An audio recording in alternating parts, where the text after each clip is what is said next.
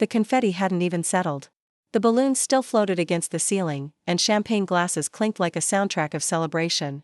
Everyone was smiling, everyone except me, because 24 hours after I dropped $30,000 on my sister-in-law's dream baby shower, I pressed play on a voice memo that wasn't meant for me. Her voice. My brother's voice. And my father's laugh. Talking about me. Laughing at me. As if I were nothing more than the fool who footed the bill. She's pathetic, my brother chuckled. Always trying to buy her way into this family, my father agreed.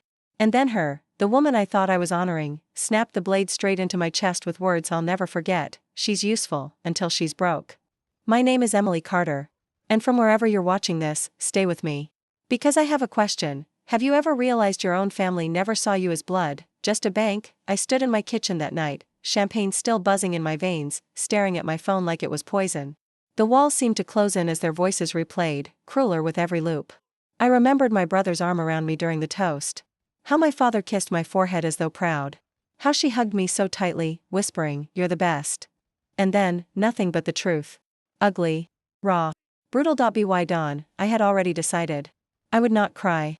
I would not beg. I would not explain myself to people who never cared for me. No, I would leave. And I would take something with me they never expected, because betrayal this sharp deserves an answer sharper still. I packed in silence. No goodbye notes. No explanations. Just the sound of zippers and the hollow thud of my suitcase against the hardwood floor. By the time the sun stretched across my blinds, I was already gone, but leaving wasn't enough. Walking away would only confirm what they said, that I was weak, desperate for their love. No. They needed to feel it. The sting of losing the one person they thought they could exploit forever. I replayed the voice memo in my car, my hands white-knuckled on the steering wheel. My brother's laughter grated in my chest, my father's agreement twisted like barbed wire. And her voice, my sister-in-law's smug, casual cruelty, was the one that broke me. She's useful, until she's broke. I wasn't broke. Not yet. But I knew exactly how to make them feel that way. Money had always been the chain binding me to them. Every holiday, every crisis, every dream they couldn't afford but wanted handed to them, I was the checkbook in the corner. But what happens when the checkbook snaps shut? That morning, I walked into the bank. The teller smiled when she saw my account, healthy, full, the product of 10 years of sleepless nights and ruthless saving. My empire wasn't grand, but it was mine. I stared at the screen one last time, then signed papers with hands that didn't tremble. Transfers. Closures. Frozen cards. By noon, their safety net was gone. And I smiled, for the first time in years. I could already imagine my brother at the gas station, card declined. My father at the country club, humiliated. Her, staring at invoices for a nursery dripping with luxury, wondering why the payments bounced. It wasn't revenge yet. Not fully. This was just the silence before the storm. The pause before the music swells in a film, when the audience leans forward, knowing something is coming. That night, as I lay in a cheap motel bed miles from home, I whispered to myself, let them laugh now. Tomorrow, the echo dies. And in the stillness, I felt it, the power shift. For the first time in my life, I wasn't their provider. I was their reckoning. The calls started the next morning. First, my brother. His voice sharp, annoyed, like I'd inconvenienced him by daring to exist outside his demands. Emily, hey, listen. My card didn't go through at the gas station. Can you fix that? I've got things to do. I let it ring. Then Dad. His voice was softer, but I knew the script. He always started sweet before turning sour. Pumpkin, the club said my membership lapsed. I told them it's a mistake, that you'd handle it. Call me back. Declined. By evening, it was her. My sister-in-law's voice dripped honey over broken glass. Babe, the decorator says payment bounced for the nursery. Must be some banking glitch, right? Fix it fast, okay? We can't look tacky. I laughed. Out loud. Alone in that motel room, the sound startled even me. For once, I wasn't panicking. I wasn't scrambling to save them. I was free, but freedom wasn't the same as justice. No, their voices needed to carry weight. Their words from that voice memo needed to burn them, not just me. So I copied it, saved it, and slipped it into a folder on my laptop titled simply, Truth. I stared at it for hours, finger hovering over the trackpad. With one upload, one click, I could shatter their reputation. My brother, the charming golden boy, my father, the respected businessman, my sister-in-law, the glowing soon-to-be mother adored by her friends. But something in me whispered, not yet. Revenge isn't just about striking back. It's about timing. It's about making the knife twist slow, so they feel every inch of the betrayal they fed me. So I waited, the texts grew sharper. My brother accusing me of being selfish. My father saying I owed them for everything they did for me. Her, firing off crying emojis with captions like, "We need you. Don't do this to family. Family." The word tasted like ash. I closed my laptop, drew the motel curtains, and whispered into the dark, "Family doesn't laugh while stabbing you in the back." And with that, the plan sharpened in my mind. They wanted to use me? Fine. I would make sure the whole world saw exactly who they were, while they still believed they had control, because I wasn't done running. I was just beginning to hunt. I started small, surgical, invisible notes that felt like sand in their gears. First, an anonymous email to the country club, "Membership payments appear to be missing for Carter, account flagged." Then to the nursery decorator, "Invoices unpaid, please confirm." A whisper to the gala planner, "Can you verify sponsorship checks cleared?" It was all paperwork and polite lies. Official sounding enough to make their world wobble, sterile enough that no one would suspect a person scorned. I watched from my cheap motel bed while the dominoes leaned. They fell faster than I expected. The next morning, my brother's face when the valet returned his declined card at the club was a photograph I'll keep in my mind forever: red, startled, rage hiding behind entitlement. He called, voice tight, "What did you do?" And for once, he didn't know what I'd done. For the first time, he sounded small. Dad's secretary left a message, "Mr. Carter's account is under review, legal needs clarification." The calm in his voice cracked like glass. He'd always been untouchable, boardroom smiles, charitable nameplates, handshakes that opened doors. That morning, doors slammed. Her world, my sister-in-law's, crumbled in a different way. Social media posts that once glowed with curated maternity bliss now hung with comments, "Where's the sponsor credit? Did the store refund?" The party planner texted me, confused and frantic, "Emily, people are asking where payments came from. Some invoices say, paid by Emily, then reversed. Is this a misunderstanding?" I could have lied.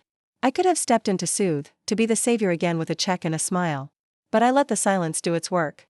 It's strange how quickly people believe their paperbacks when their hardcover reality is gone. Friends I thought were tethered by affection turned into creditors and gossip.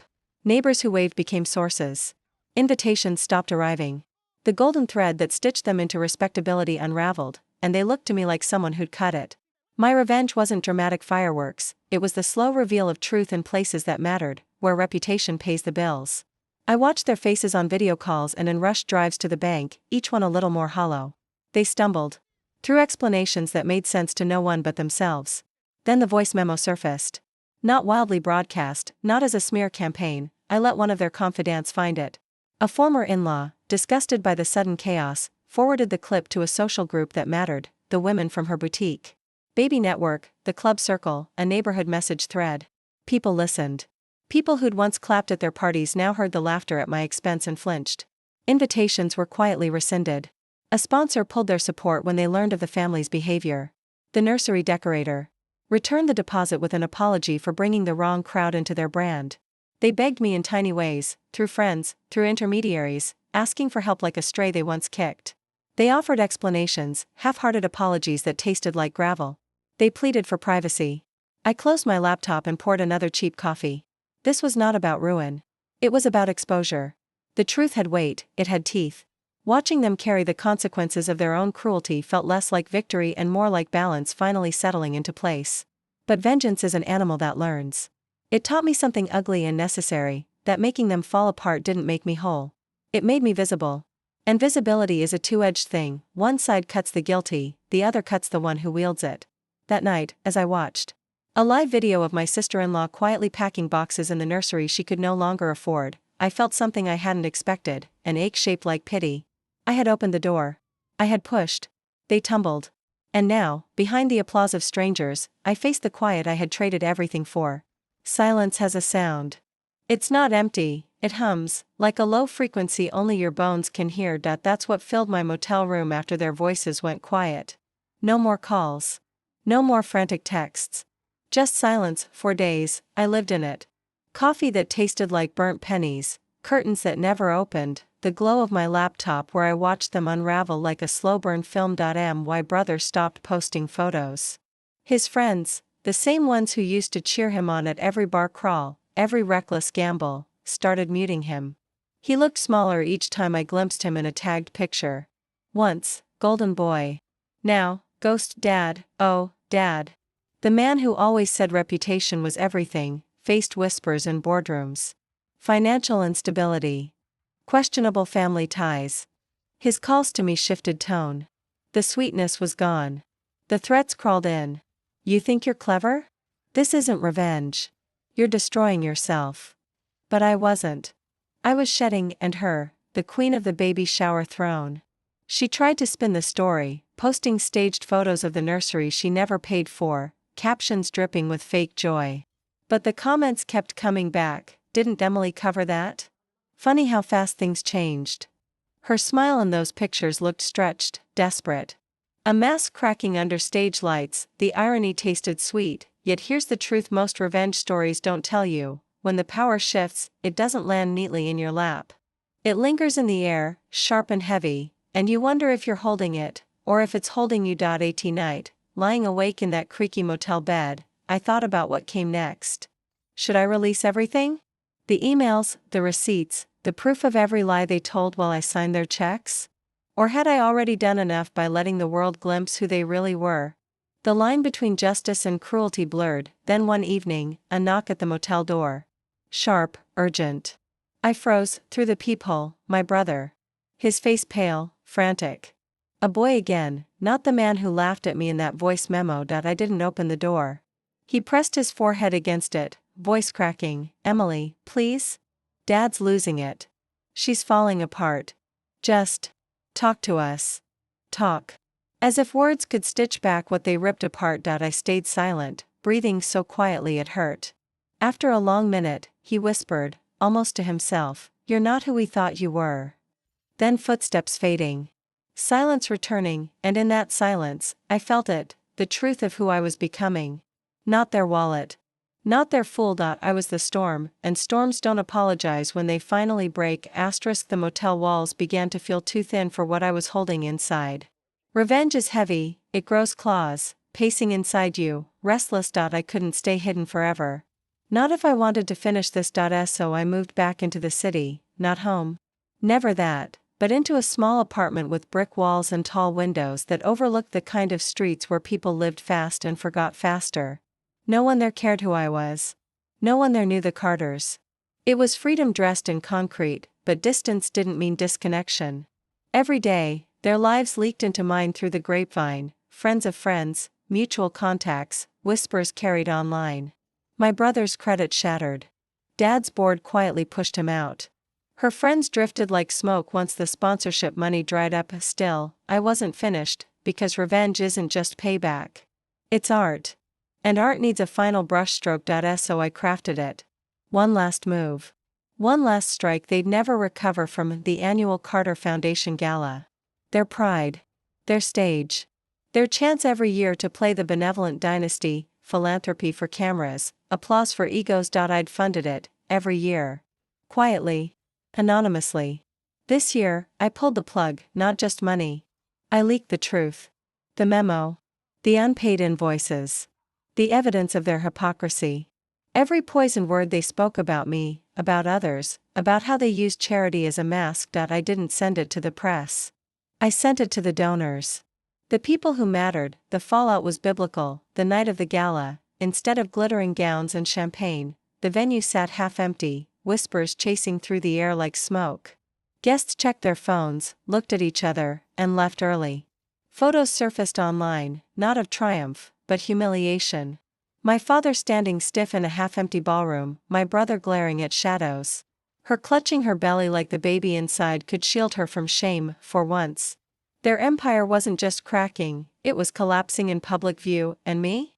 I sat miles away, barefoot in my tiny apartment, sipping cheap wine while live-streaming the wreck. Did it feel good? Yes. Did it fix the hole in my chest? No, but it gave me something else. Control, and control, once tasted, is impossible to forget. When the night ended, my phone lit with a dozen missed calls, desperate voicemails laced with rage and begging. I deleted them all, because this was no longer their story. It was mine, and the ending was mine to write. They came for me like a storm with names and lawyers. First it was messages, sharp, diplomatic, then ugly. "This is harassment," one read. "Cease and desist," another. My inbox became a courtroom where suits barked in legalese while my brother sent voice notes that fluctuated between fury and pleading. "You don't understand what you're doing," he hissed.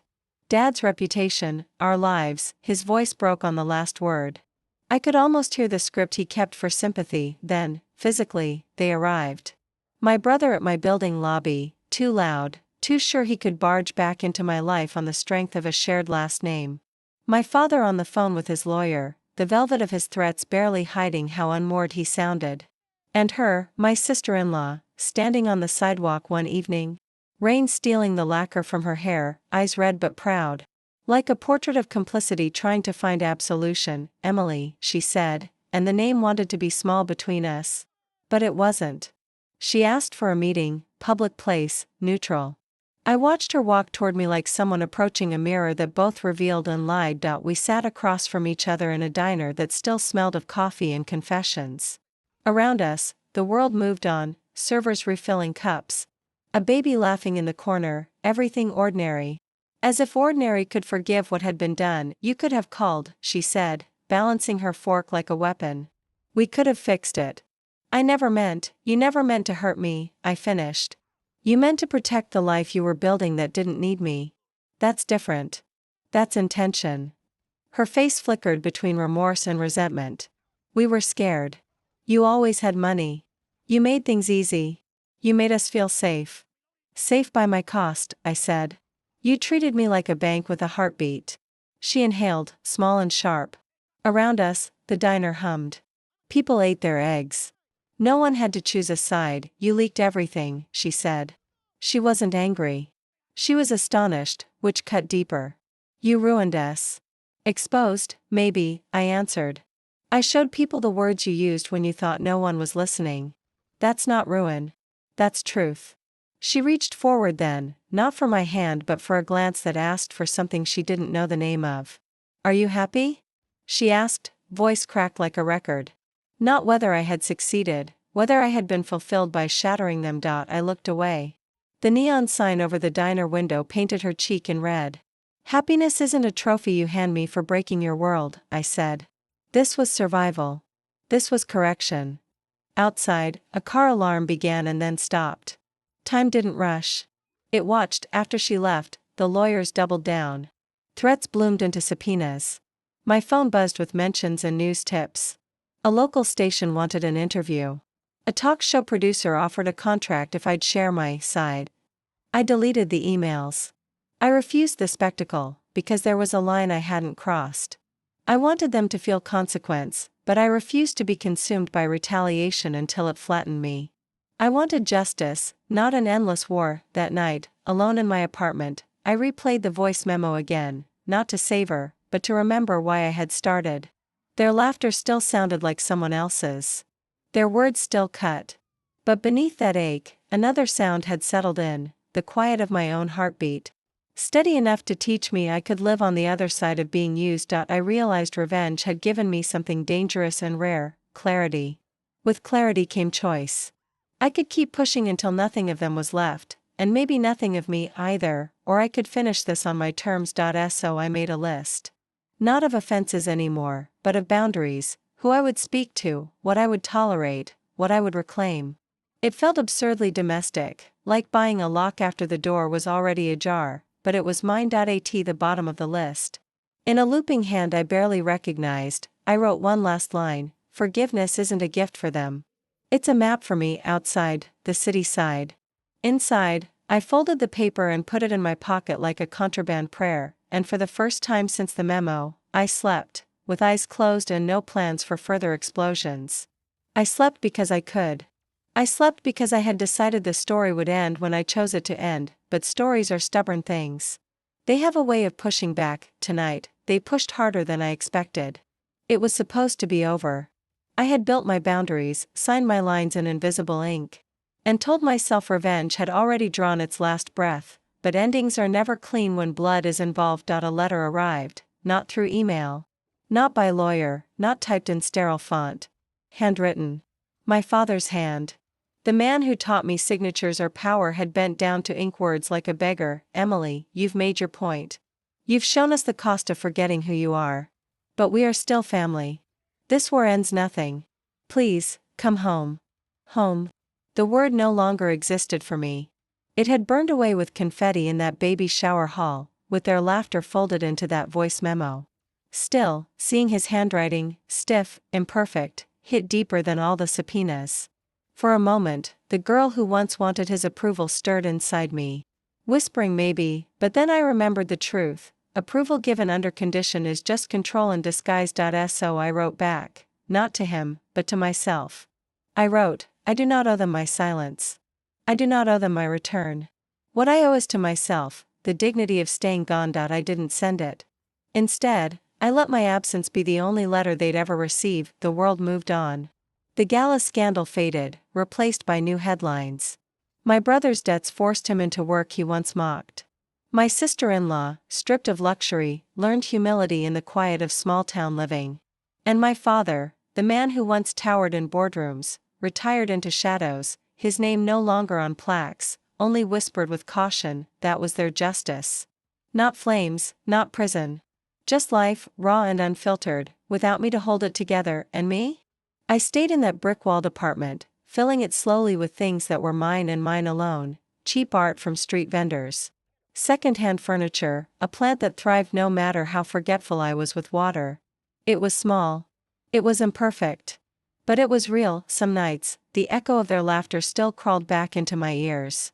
I would lie awake, stare at the ceiling, and wonder if revenge had healed me or simply hollowed me. But then morning would come. The city light would spill across my floor, warm and unasked for, and I'd realize healing doesn't look like triumph. It looks like survival made steady. One evening, I passed a park where a family was laughing under string lights, their voices rising like music. I didn't envy them. I didn't ache. I just walked on, carrying my own quiet peace like a lantern, because I had learned something no party, no money, no father's approval could teach me: family isn't who you're born to. Family is who refuses to cut you with their laughter when your back is turned.